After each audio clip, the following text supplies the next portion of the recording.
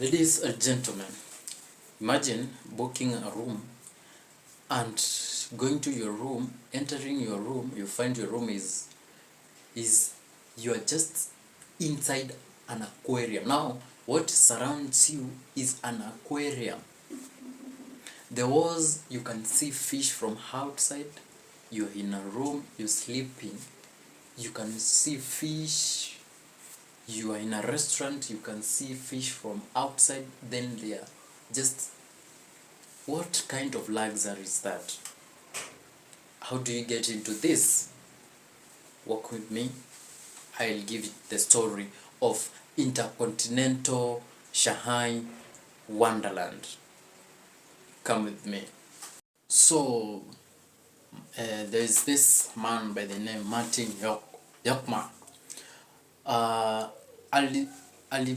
Alifika tu mahali akaona, akapata kuna kikware kiliacha kutumika kutoka kitambo, like kiko tu tumaji tu tunakusanyikanga huko chini. Si unajua kitambo China kulikuwa kuna mining nini, so hizo mine hizo depression zikiachwa zinakuwa tu.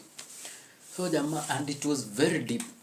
So this guy looked at that quarry and akajiuliza, wait a minute, naona watu wanabishana huko, nani anajenga skyscraper noma. Mimi sasa nitajenga yangu, haitakuwa skyscraper, sasa yangu itakuwa ground scraper. Yangu itaanza hapa ground level ikienda chini. So who thinks like that? Wouldn't say alikuwa ajaba, because unaona tu another ordinary man would just level the ground and build another structure. But this guy just saw an opportunity of starting a building here. Yende 90 meters below the ground level. So the idea came. Then Martin Hockman akaenda akaita timu yake, inaitwa Shimao Group and Atkins bado walikuwa kwa hii kipindi. He started planning for this project. So the project is a multi-billion project. Inasemekana like kama ilikula $500 million. It's a very huge project. So they started planning 2006. From 2006 up to 2013, it was all about planning. Kuchora, nini hii kitu tutaitekeleza aje, nini, what do we need? And these people, of course, they faced challenges. Now, among the challenges that these people encountered, let's first order of business is, how do we strengthen the walls of the cliff? Because it's a cliff. So how do we strengthen the walls of a cliff? So as engineers do, calculation hapo ikasemekana, we have something we call anchor bolts. Anchor bolts, you drill bolts into a cliff, or hizo mawe ziko kwa cliff, then ukidrill mingi kwa cliff zitashika, so haitakuwa inaweza fall. So wao wakadrill, alafu wakafunga wire mesh hivi kidogo, then wakapiga slim ka concrete kadogo tu, so ikakuwa ukuta iko sawa ya the cliff. Now after strengthening the cliff, they now have to start laying the foundation, and this foundation needs a lot of concrete. Like they said, it's 60,000 cubic meters of concrete. That's a lot. So the concrete has to be mixed up there uko juu kwa ground, then iteremshwe chini. Now wakajaribu kuteremsha na pipes zile, wakadiscover kitu due the law of gravity. Unajua hapa kila kitu ina apply. The law of gravity inasema hiyo concrete ikitoka inaenda inapiga chini, ina disintegrate, so inakuwa it's of no use. So they have to come up with a way of bringing concrete to the ground. chini. So they come up with a solution of wanateremsha kidogo na hiyo wanaweka mixer ingine hapo so it's mixed again, then inateremshwa kidogo, it's mixed again, then kidogo it's mixed again, then inafika chini ikiwa intact. That was thick. So wakaeka concrete and now they come up another challenge.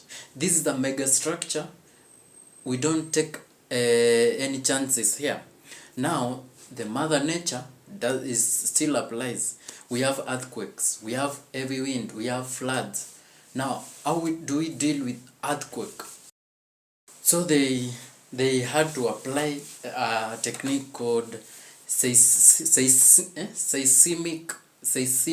isolation technique.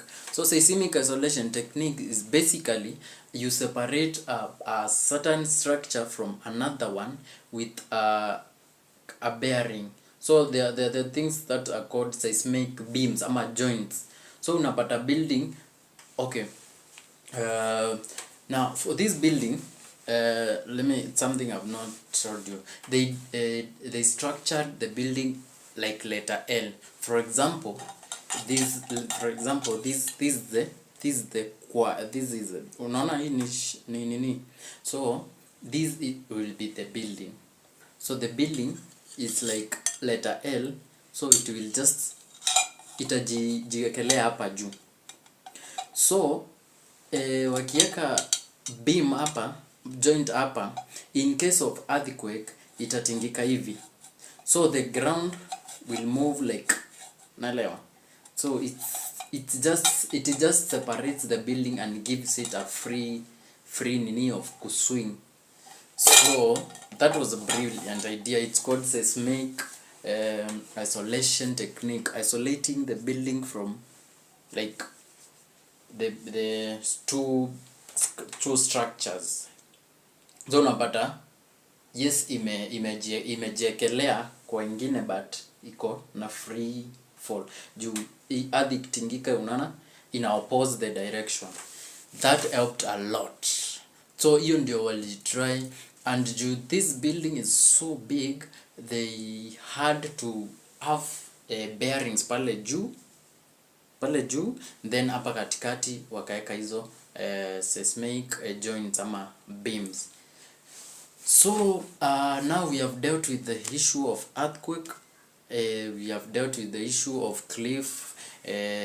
One thing I've not told you, sorry, is the cliff was not in contact with the building.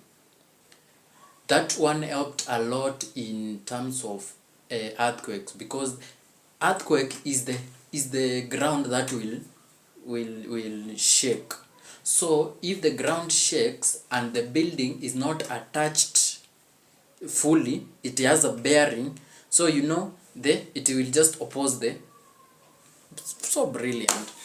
Yeah, so that they dealt with that. And remember, this is a very huge need, so no taking chances. Everything is supposed to be in easy. So the next challenge became now niliwambia, okay, so, you know this building is a 16-story building. So 16 has 2 floors on the ground floor, then the other and it has 2 floors under water. Unaona imeingia kwa maji ni kama hii. So kuna floor mbili hapa, 2 floors, then we have for 12, then we have other 2 inside the water. So those are 2 12 14 16, yeah. So we have 2 underwater, then we have 12 hapa katikati, then juu kwa ground mtu akiingia kuna floor mbili. Then unaweza fikiria kale kuna kanyumba ka ghorofa mbili, ukienda hivi, yeah, you get it. And then kuna sasa floor mbili zimeingia kwa maji. So the challenge was kuna floor mbili ziko kwa maji. How do we deal with that pressure? ya maji, sababu kuna rooms tutaweka huko, kuna restaurants, alafu kuna maji surrounding that building, cause wakibuild kwanza wali drain maji yote, hakukuwa na maji. So they had I know someone is asking how did they deal with mambo na floods, mambo na maji ya kunyesha. So they had fitted very huge pumps, so maji ilikuwa inapampiwa tu inaenda, like hakukuwa maji na settle. So walijenga hizo nyumba zikiwa kukiwa kuko dry, then they walipump maji yao, naelewa, wakatengeneza ka lake, kama made lake. So building kwa hapa na haka ni ka lake. Ase ni hatari. So kudina hiyo pressure ya maji juu hii ni room, ni kama tu uko kwa nyumba yako alafu floods zikuje, hiyo pressure hiyo pressure ya kufinya hiyo nyumba. So they had to come up with the idea, walitoa kwa jamaa alikuwa anaitwa Hoto ndiye aliunda hiyo screen ya ndege ya B-17 ya ilikuwa World War, I think something of the sort. Wakajua kuna it's easier to break a glass than plastic ingine. So wakakama up na kitu inaitwa acrylic glass. It's a very strong glass, very very strong glass. Walikuwa wanasema dirisha moja hivi kuinua ni 2 tons, that's 2000 kgs, very heavy. Hata kulikuwa na ingine ya 5000 tons, 5 tons, yeah.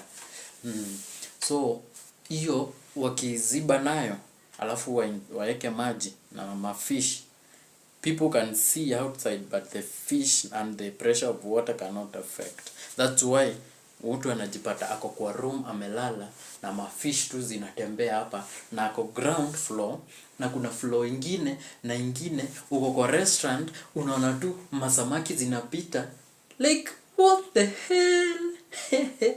Omondi ata survive hapo. I'm just kidding.